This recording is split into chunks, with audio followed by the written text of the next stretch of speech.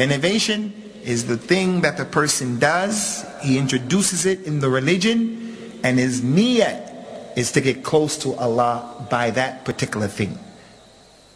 So if it has dalil for it, and the Prophet called to it, and he did it, and his companions did it, then it's not an innovation, because he sanctioned it. He allowed it. It was legislated by Allah. It was legislated on the lisan of Rasulullah sallallahu alaihi wasallam. Other than that, what is not sanctioned, and people are trying to get close to Allah, and it's a religion, then it is a religion. It is an innovation. Man ahdatha fi amrina hadha ma laysa minhu fahuwa radd. Anyone who introduces something in our religion, it's been introduced by him or her or them, it will be rejected. The other hadith said, Man amila amalan laysa alayhi amruna fahuwa radd. Whoever does an action that our religion is not upon that thing, it's not from our religion, it will be rejected. So the innovation, ikhwani, is that thing that the people introduce in the religion. There's no dalil for it, no proof for it, and he's trying to get close to Allah by that particular thing. It's ibadah. Then this thing is the innovation, and there's no such thing as an innovation that is hasana. There's no such thing as an innovation that is okay, because of the fact that every Friday when he would give the khutbah, every khutbah that he would give, when he said the khutbah al-hajah, he would tell the people, إِيَّاكُمْ وَمُحْدَثَاتِ الْأُمُورِ فَإِنَّ كُلَّ مُحْدَثَةٍ بِدْعَةٍ وَكُلَّ بِدْعَةٍ ضَلَالَةٍ وَكُلَّ ضَلَالَةٍ فِي النَّارِ. That's clear in the Arabic language. Beware, you people, in the latter times, not during my time, because anyone who does something, I'm going to correct it. Innovations happened during his time, and he corrected. The lady was trying to get close to Allah by praying in his masjid, and she had a rope. Whenever she got tired, she just hung on to the rope. He said, whose rope is that? They said, this is the rope of so-and-so, Ya Rasulullah. He said, tell her to take it down. Inna Allah la yamillu hatta tamillu. Allah will not become bored until you become bored. He doesn't want that from you. That companion was standing in the sun, standing up in the sun. They said, who is that? Prophet said, who is that? They said, that's Abu Israel, Ya Rasulullah. What is he doing? They said he took an oath to stand in the sun and not to speak and to fast all day. The Prophet told the people, sallallahu alaihi wasallam, when he saw that innovation, doing that to get close to Allah, standing in the sun, I'm not speaking to anyone. Why? Because the Prophet took a long time of not speaking. The Prophet told the people, sallallahu alaihi wasallam, قُولُوا لَهُ أَنْ يَسْتَذِلْ وَيَقْعُدْ وَيَتِمُّ صَوْمُهُ وَيَتَكَلَّمْ.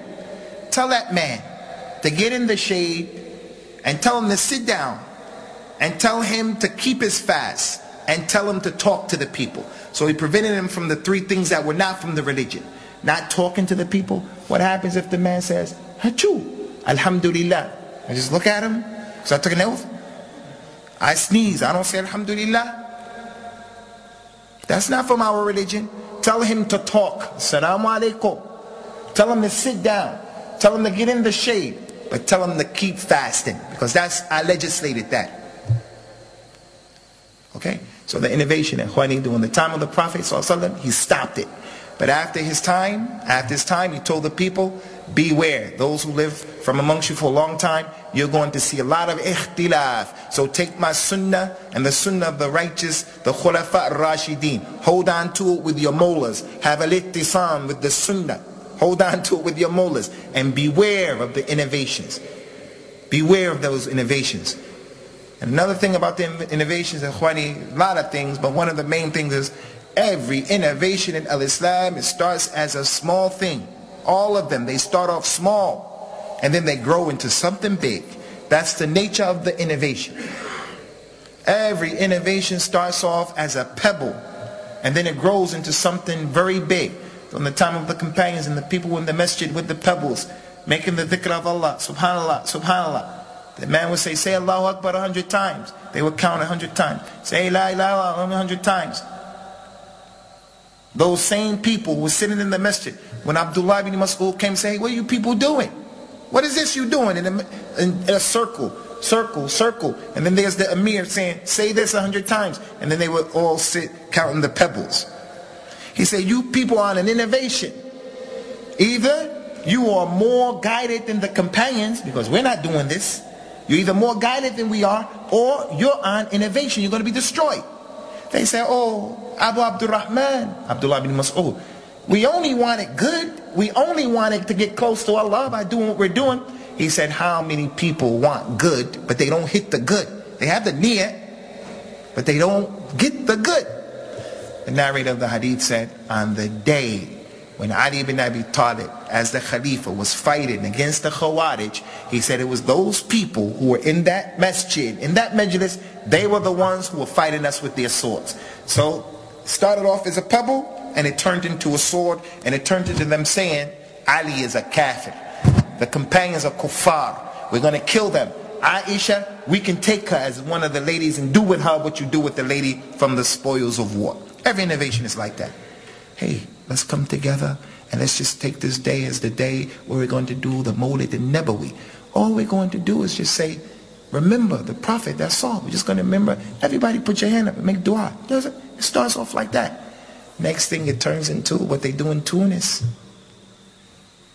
On the 12th of the Rabi' al-Thani, lights all over the place in the street, sweets, dates, party. What they do in Pakistan, what they do here in Birmingham. On my street, they have like the Christmas lights all in front of the house. The whole thing, like when people get married. People know what I'm talking about, right? You raise up the telephone bill, the electric bill, because the whole thing. And some of it, I have to say, looks nice, but it reminds me of Christmas. Every innovation starts off like that. So, Ikhwani, as we mentioned yesterday, the blueprint is what the companions were upon, radiallahu anhum. Let's be satisfied with where they stopped. Stop where they stopped. Stop where they stopped. Go forward where they went forward. And this is not an issue, Ikhwani, of people being tough and rough and closed, but in the ibadat of al-Islam, in order not to be like Ahl al-Kitab, the scholars were very careful about these issues. If we're just let it flow, do whatever, if we're like that, then our religion is going to become like the religion of al-Kitab. Like we mentioned again, the swirling dervishes. You people saw them before. With the dress. And goes around in Turkey and other than Turkey. We're not against Turkey. We don't want anybody here to think we're against the Atrak.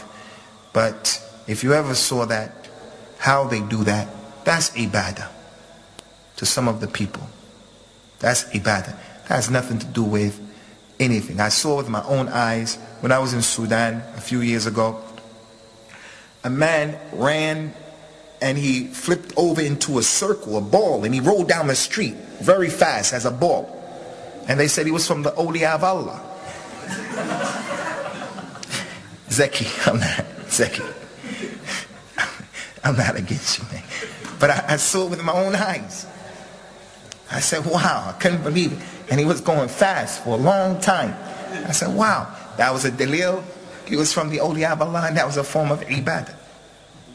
So the point is, stick to where the companions stuck. As Imam al-Shafi'i said, when someone mentioned, I don't remember how it went, some scholars said, if you see a man flying in the air, then don't believe that he's a wali from the awliya of Allah,